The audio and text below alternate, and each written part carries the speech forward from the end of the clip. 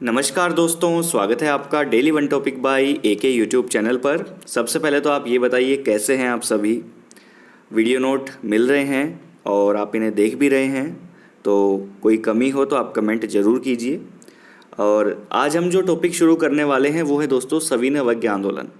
लेकिन सविनय अवज्ञा आंदोलन से पहले यदि आपने वीडियो नोट देखा है तो हमने असहयोग आंदोलन की बात की थी, जो कि राष्ट्रवाद से शुरू किया था हमने। हम भारतीय शासन और राजनीति की तरफ बढ़ रहे हैं धीरे धीरे, हर एक टॉपिक को बिल्कुल समझने की कोशिश भी कर रहे हैं। तो सविनय अवज्ञा आंदोलन और असहयोग आंदोलन के बीच में काफ़ी समय अंतराल आ जाता है। तो क्या आंदोलनकारी चुपचाप बैठ गए थे?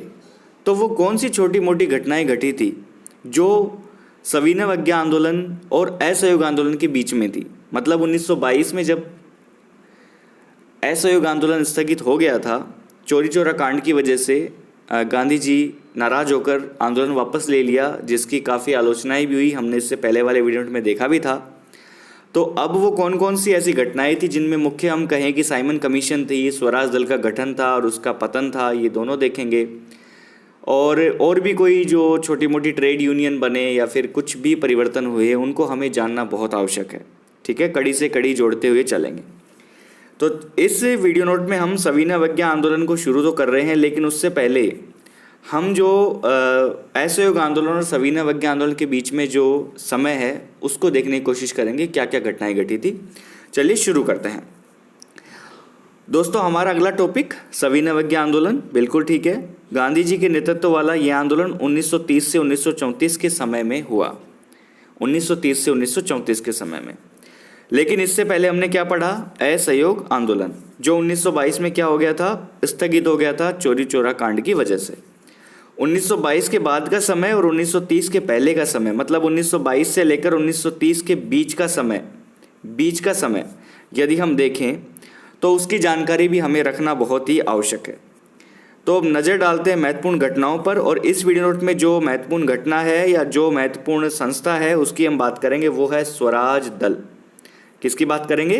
स्वराज दल। तो स्वराज दल का उद्भव और उसका पतन, ये दोनों ही इस वीडियो नोट में हम देखने वाले हैं। बिल्कुल रोचक अंदाज में, सरल तरीके से आप वीडियो नोट को पूरा देखते जाइए।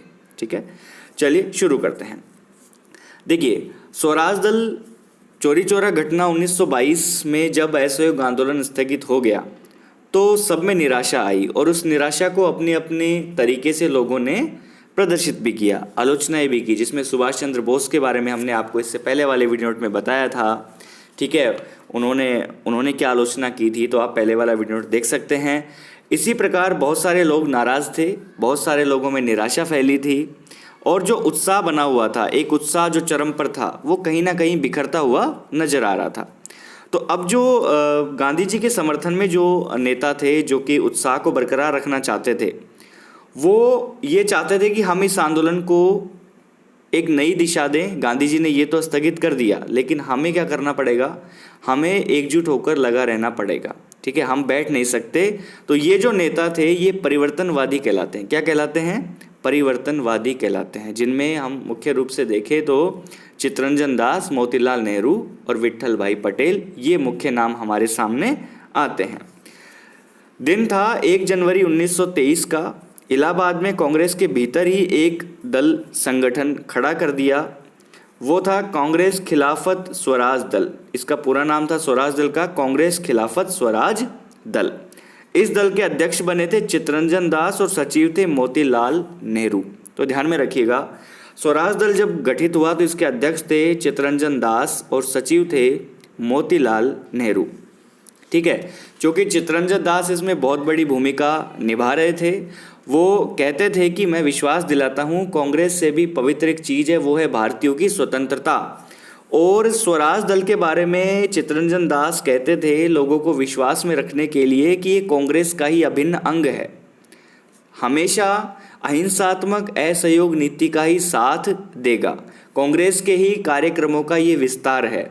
ठीक है, और इसके जो काम हैं वो कुछ अलग तरीके से होंगे। सरकार के बजट को हम रद्द करवाएंगे, दमनकारी कानूनों का विरोध करेंगे और राष्ट्र की शक्ति को बढ़ाएंगे, ऐसा ये कहते थे चित्तरंजन दास। तो देखो, स्वराज दल के अध्यक्ष कौन बने? चित्तरंजन दास, और सचिव कौन थे? मोतीलाल नेहरू। इस बात को हमें समझ लेना चाहिए। इनके अन्य भी सदस्य थे, जिसमें विट्ठल भाई पटेल, मदन मोहन मालवीय, ये नाम प्रमुख थे। ठीक है, अब देखो जी, इनका उद्देश्य क्या था। स्वराज दल वालों का उद्देश्य यदि सीधा तरीके से हम समझें तो जो प्रचलित संविधान था, जो नियम कानून थे उस समय पर, जिनसे अंग्रेज हमारा शोषण कर रहे थे, समझ पा रहे हैं आप मेरी बातें। संविधान का मतलब हुआ उस समय के नियम कानून। तो इस संविधान को या तो सुधार दें या फिर नष्ट कर दें, दो ही रास्ते थे। या तो इसमें सुधार कर दें, सुधार करवा दें, या फिर इसे नष्ट कर दें। इसके अलावा हमारे पास में कोई भी रास्ता नहीं है। ये स्वराज दल वाले लोग जो थे ये चाहते थे। ठीक है, अब स्वराज दल ऐसा नहीं कि राजनीति में प्रवेश नहीं किया, इसने चुनाव नहीं लड़े, बिल्कुल। स्वराज दल ने विधानमंडल के चुनाव भी जीते थे, बंगाल, यूपी और बम्बई के। बंगाल, यूपी और बम्बई में इन्होंने चुनाव भी जीते थे। तो बहुत सारी सीटें इन्होंने जीती थी और काफ़ी सफलता इन्होंने अर्जित की थी। उसी दौरान ये जो नौकरशाही थी उसका विरोध कर रहे थे, द्वैध शासन प्रणाली का जो जितने भी उसमें खामियां थी उसका विरोध कर रहे थे। तो इनका काम ही विरोध करना था, दमनकारी कानूनों को हटवाना था, उनका विरोध करना था। ठीक है, अब देखो हमारे सामने एक कमीशन की बात आएगी, वो है ली कमीशन। मैं बिल्कुल आपको फैक्ट टू फैक्ट लेकर चल रहा हूँ ताकि आपके दिमाग में कभी इस प्रकार का प्रश्न आए इनसे संबंधित तो आप फटाक देसी कर देंगे, ये मैं मानता हूँ। ली कमीशन का संबंध है 1924। 1924 में ये जो कमीशन था, इसकी अभिशंसा जो थी उसको रद्द करवाया था। अब आप कहेंगे साहब इसकी अभिशंसा क्या थी। तो ली कमीशन की स्थापना इसीलिए की जा रही थी ताकि सरकारी नौकरियों में जातीय उच्चता को बनाए रखा जाए।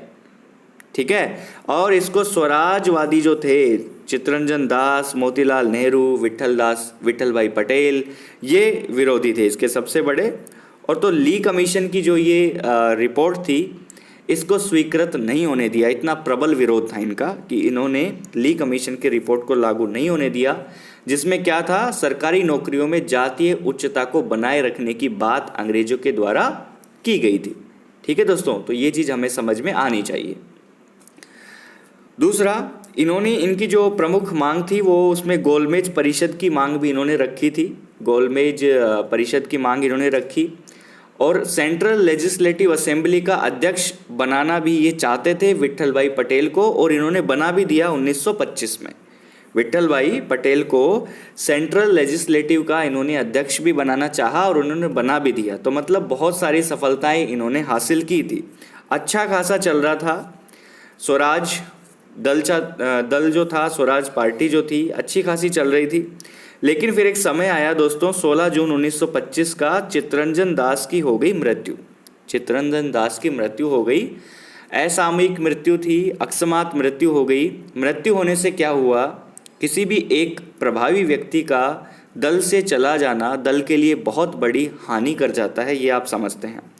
चित्तरंजन दास की जब मृत्यु हुई तो वहाँ पर स्वराज दल की जो एक बढ़ती हुई शक्ति थी, जो उसका प्रभाव था, उसमें दीमक लग गई।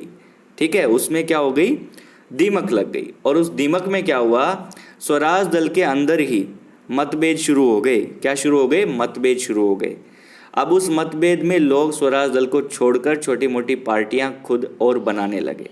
ठीक है, हिंदू मुस्लिम सांप्रदायिक दंगे शुरू हो गए, क्योंकि अंग्रेजों को भी मौका मिल गया था भड़काने का। तो हिंदू मुस्लिम सांप्रदायिक दंगे, पार्टी के अंदर मतभेद, ये सभी छोटे मोटे कारण उद्भव हुए और उन कारणों के आगे आने से, उन कारणों के उत्पन्न होने से 1626 में स्वराज दल का पतन हो गया। तो हमने स्वराज दल का उद्भव देखा, स्वराज दल के काम देखे, स्वराज दल का पतन देख लिया। ठीक है, तो स्वराज दल के यदि प्रमुख सदस्य आपसे पूछे जाते हैं तो चित्तरंजन दास और मोतीलाल नेहरू तो थे ही। प्रमुख सदस्यों में मदन मोहन मालवीय और विट्ठल भाई पटेल, ये इनके प्रमुख सदस्यों में से थे जिन्होंने काफ़ी संघर्ष किया। इनके काम जो थे, सरकार के बजट को रद्द करवाना, दमनकारी कानूनों का विरोध करना, ये इनके मुख्य काम थे। देखो, स्वराज जो दल था इतना प्रभावी था कि महात्मा गांधी जी ने इन लोगों के लिए कहा कि इन लोगों की दृढ़ता, अनुशासन और अदम्य साहस का परिचय इन्होंने दिया। अपनी नीति पर अमल करते हुए इन्होंने भारतीय विधानमंडल में नई ऊर्जा का संचार किया है। मतलब गांधी जी ने इस दल की कोई भी किसी भी प्रकार की बुराई नहीं की, उन्होंने इसकी तारीफ ही की थी। इनके योगदान की उन्होंने तारीफ की थी। और चित्तरंजन दास तो कहते ही थे कि स्वराज दल कांग्रेस का ही अभिन्न अंग है, ये सदैव अहिंसात्मक असहयोग नीति का समर्थन करेगा। ठीक है, ये चित्तरंजन दास कहते थे। तो दोस्तों हमने स्वराज दल का यहाँ पे उद्भव देखा, उसका पतन देखा, उसके काम देखे, उन्होंने किस प्रकार से कार्य किए। बिल्कुल छोटे से वीडियो नोट में हमने इसको समझा। स्वराज दल से संबंधित आपने यदि कहीं पढ़ा भी है तो भी अच्छी बात है, नहीं पढ़ा है तो आज हमने आपको बता दिया। अब यदि आप कुछ इसके बारे में स्टडी करेंगे तो आपको ज़रूर हेल्प मिलेगी।